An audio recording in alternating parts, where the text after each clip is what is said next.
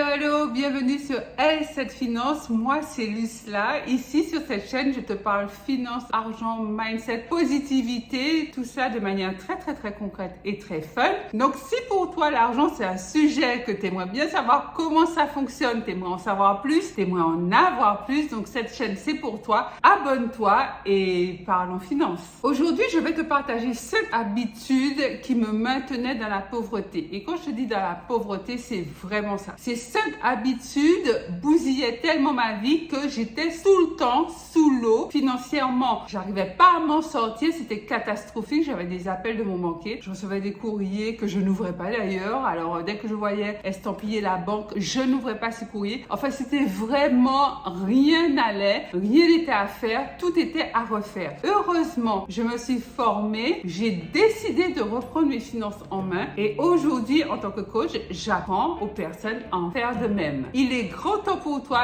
d'apprendre et de laisser ces mauvaises habitudes si toutefois tu te retrouves dans les mauvaises habitudes que je vais partager avec toi. La première mauvaise habitude qui me maintenait drastiquement dans la pauvreté, c'est que je ne regardais pas les prix. Quand j'allais faire mes courses au supermarché, je ne regardais absolument aucun prix. Je prenais ce que je voulais, j'achetais en fonction de mes envies. En fait, j'achetais par impulsion, par émotion et je ne savais pas combien ça coûtait, je ne faisais que le déposer dans le chariot. Je me rappelle une fois, mon père m'a rencontré à Carrefour et il me dit, mais qu'est-ce que tu fais avec un chariot aussi rempli? Et effectivement, au moment où il m'a rencontré, je venais de payer à la caisse, alors une somme, je ne me rappelle pas de la somme, mais c'était sûrement une somme assez conséquente et j'avais du mal à pousser le chariot. Il me dit, mais qu'est-ce que tu fais avec autant de choses dans ton chariot? Parce que le chariot débordait en fait. Et moi, j'ai une petite famille, j'ai pas de famille nombreuse. Et il me dit, mais attends, le supermarché va pas couler, Carrefour va pas te déménager, qu'est-ce que tu fais avec autant de trucs? Et ça, je m'en rappellerai tout le temps. Bon, ça remonte à des années en arrière. Mais c'est vrai que cet exemple-là est frappant de ce que je suis en train de te dire. Je dépensais tout mon argent en achetant des choses dont, bon, j'avais pas forcément besoin ou peut-être besoin, mais sans regarder les prix.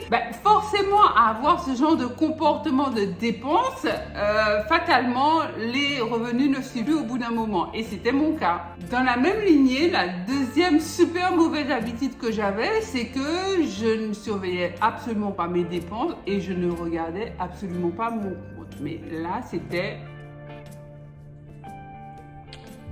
n'importe quoi. En fait, je ne regardais pas mes comptes, je savais que j'avais des revenus qui entraient, mais en matière de dépenses, je dépensais en fait, je dépensais sans me soucier de rien. Et ça, c'est juste pas possible parce qu'un compte bancaire, c'est quoi? C'est des additions et des soustractions. Hein. Et souvent, en addition, on n'a pas grand-chose. En addition, qu'est-ce qu'on a la plupart du temps? Des revenus lorsqu'on est entrepreneur, on a un salaire lorsqu'on est salarié, on peut avoir la CAF, on peut avoir un side hustle, donc un job d'appoint. Moi, c'était pas mon cas. Hein. Lorsqu'on a décidé au contraire d'augmenter ses revenus. Donc moi, j'étais pas formée, c'était vraiment pas un sujet pour moi, je faisais que dépenser et c'était ça qui importait. Donc je n'avais pas de revenus complémentaires et ça veut dire que les entrées étaient minimes. Et les dépenses, c'est les moins qui s'alignent comme ça jusqu'à la fin du mois. Et quand tu as des moins, plusieurs moins tous les jours, y compris le week-end, parce que le week-end, c'est des sorties entre potes, c'est des sorties entre amis ou même si on est invité dans la famille, on emmène une bouteille de vin, une bouteille de champagne, un cadeau, des fleurs, etc. Mais ça veut dire que financièrement, c'était catastrophique. Ne pas regarder son compte, c'est une aberration. Tu peux pas ne pas savoir ce qui se passe sur ton compte. Et c'est pour ça que je suis jamais arrivée jusqu'à avoir les huissiers à la porte. Mais je pense que j'étais pas loin. Des courriers sans cesse de la banque. Je recevais j'ai été fichée à la banque. Oui, c'est honteux, je suis d'accord avec toi. Voilà, dans un souci de transparence, je te le dis, j'ai été interdit bancaire. Et malgré ça, ça m'a pas empêché de continuer parce que c'est pas ça, c'est pas ça qui m'a fait me ressaisir. C'est pas ça qui m'a fait décider de prendre mes finances en main. Bon, quand je te dis que j'ai été fichée à la banque, j'ai jamais perdu mon chéquier parce que je trouvais toujours une pirouette pour redresser la situation rapidement. Mais bon, quand même, je faisais n'importe quoi. À ne pas surveiller mon compte, je faisais n'importe quoi. Troisième mauvaise habitude, c'est que j'achetais ce que je voulais à n'importe quel moment. C'est-à-dire que je n'avais aucune intelligence financière pour planifier mes dépenses. Lorsqu'on veut s'enrichir, on planifie ses dépenses. Ça fait partie du process. Moi, c'était inexistant chez moi. C'est-à-dire que je voulais un truc, je l'achetais. Je me rappelle une fois, je suis rentrée chez un opticien. Pourquoi? Parce que j'avais vu une belle paire de lunettes de soleil et moi, je suis une fan de lunettes de soleil. J'avais vu une superbe paire de lunettes de soleil Chanel en vitrine. Je suis rentrée, je les ai essayées et je les ai achetées. Aussi simple que ça, je ne sais pas quel jour on était dans le mois, je ne sais pas ce que j'avais comme charge encore qui me restait à payer. Je les ai achetés. Et le plus beau de l'histoire, enfin le plus triste on va dire, c'est que j'ai laissé 5 ou 6 chèques pour pouvoir acheter la paire de lunettes de soleil.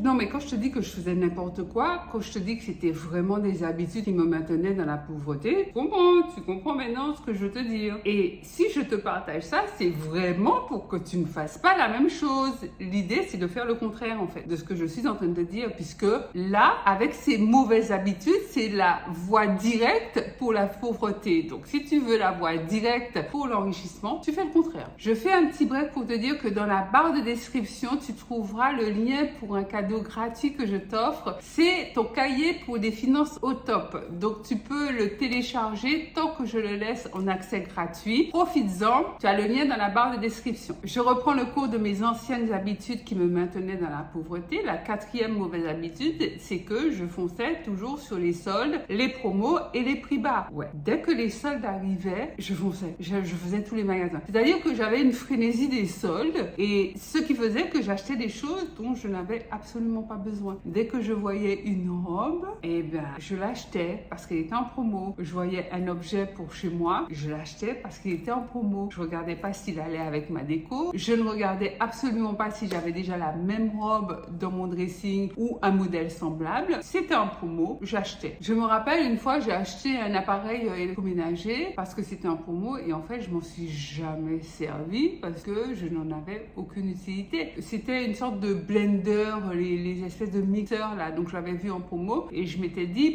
je vais faire des smoothies. Mais en fait, c'était arrivé comme ça dans ma tête parce que j'avais vu l'appareil en promo. Je sais pas si ça t'arrive, mais en fait, les pubs sont faites pour ça, pour nous susciter des envies qu'à la base on n'a pas.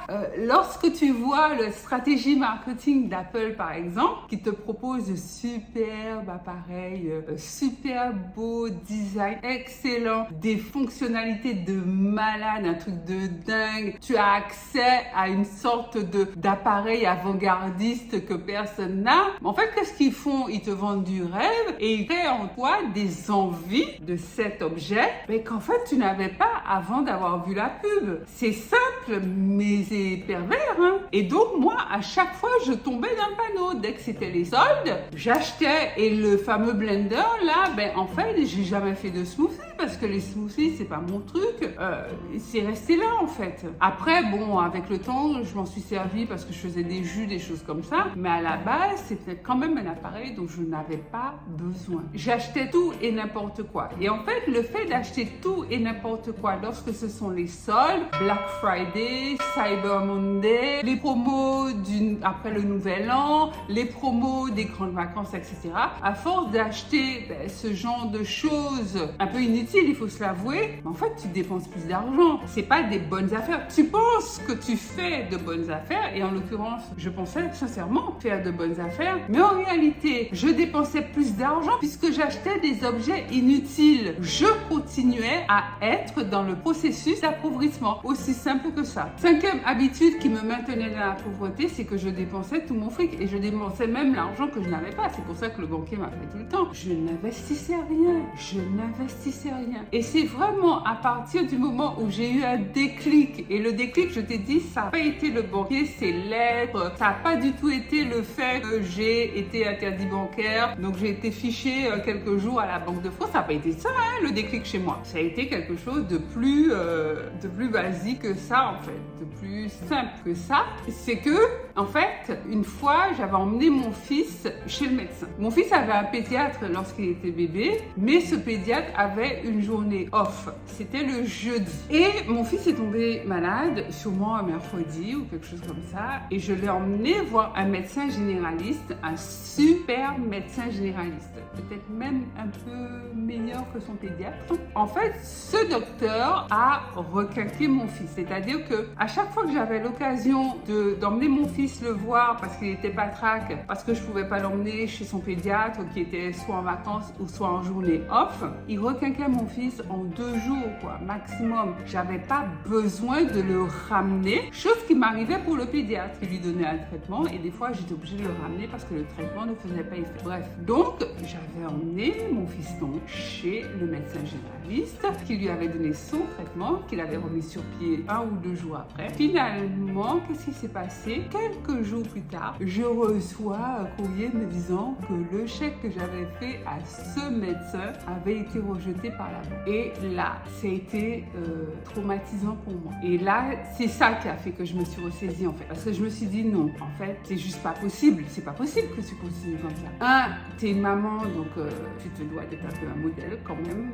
Et de deux, le monsieur, mais c'est lui qui guérit ton enfant. Et tu lui fais ça. Je t'avoue, franchement, que ça a été une douche froide, mais c'est ça qui m'a fait réaliser que mon fonctionnement, il était en dépit du bon sens, que je marchais sur la tête et que j'allais droit dans le mur en fonctionnant comme ça. Et avec moi, je l'entraînais mon enfant, puisque j'avais quand même la responsabilité d'un enfant. À partir de ce moment-là, j'ai décidé de tout changer, de tout arrêter, d'arrêter mes dépenses et de commencer à me former. C'est ça qui a fait que je me suis formée. J'avais pas l'intention de t'en parler parce que c'est vraiment un événement déjà dont je suis pas super fière et c'est émotionnel pour moi. Mais là, c'est vraiment une vidéo à cœur ouvert pour te dire que, ouais, à un moment donné, j'ai décidé de me former et d'arrêter ces mauvaises habitudes, d'arrêter ce cercle vicieux, ce cheminement qui m'entraînait jour après jour dans un peu plus de pauvreté. Donc voilà mes mauvaises habitudes, Dieu merci, qui font partie du passé mais qui me maintenaient vraiment dans la pauvreté. Dis-moi en commentaire si tu te retrouves dans une ou plusieurs de ces mauvaises habitudes. Je t'attends dans la zone des commentaires. Pense à liker, à partager cette vidéo et à t'abonner aussi bien sûr. Comme ça va m'encourager à te donner encore plus de vidéos inspirantes comme celle-ci, je l'espère. Je te dis à tout de suite sur Instagram. Je te mets le lien pour m'y retrouver. C'est Lucela Léon Félix Coaching. Sinon, un mercredi et samedi sur YouTube pour de nouvelles aventures financières. Bye bye.